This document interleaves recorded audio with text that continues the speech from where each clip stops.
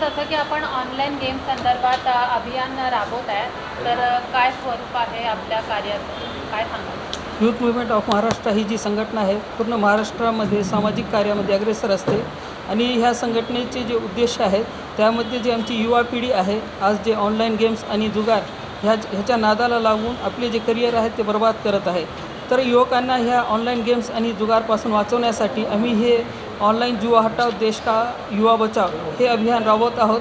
यामध्ये आम्ही 3 टप्प्यामध्ये कार्य करत आहोत. आमचा जो पहिला टप्पा असेल तो आम्ही युवकांमध्ये जनजागृती करून याचे काय नुकसान आहेत युवकांना ते सांगण्याचा प्रयत्न करत आहोत व त्यानंतर आम्ही जो दुसरा टप्पा असेल आमच्या या अभियानाचा, जे आमचे जनप्रतिनिधी आहेत, जे आमचे MLAs MPs आहेत, आमचे मुख्यमंत्री व जे आमचे राज्याचे मंत्री आहेत त्यांना भेटून त्यांना आम्ही ही विनंती करणार आहोत की हे जे ऑनलाईन बेटिंग्स आणि जुगार जे महाराष्ट्रामध्ये वैध करण्यात आलेलं आहे त्याच्यावर बंदी घालण्यात यावी. कारण आम्ही स्वतः आमच्या भारत देशामध्ये बघतो की आंध्र प्रदेश, तेलंगणा, ओडिसा आणि सिक्कीम या राज्यामध्ये ह्याच्यावर बंदी घालण्यात आलेली आहे ऑनलाईन जुगार्सवर.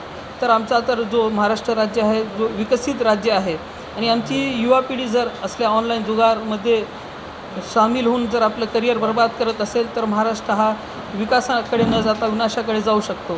तर आमचा जर महाराष्ट्र विकसित आम्हाला ठेवायचा असेल आणि आमच्या राज्याला अजून विकासाच्याकडे वाटचाल करायची असेल तर आमच्या महाराष्ट्रामध्ये पण ह्या ऑनलाईन जुगार्स आणि बेटिंग ॲपवर बंदी घालावी अशी आम्ही राज्य सरकारला विनंती करणार आहोत.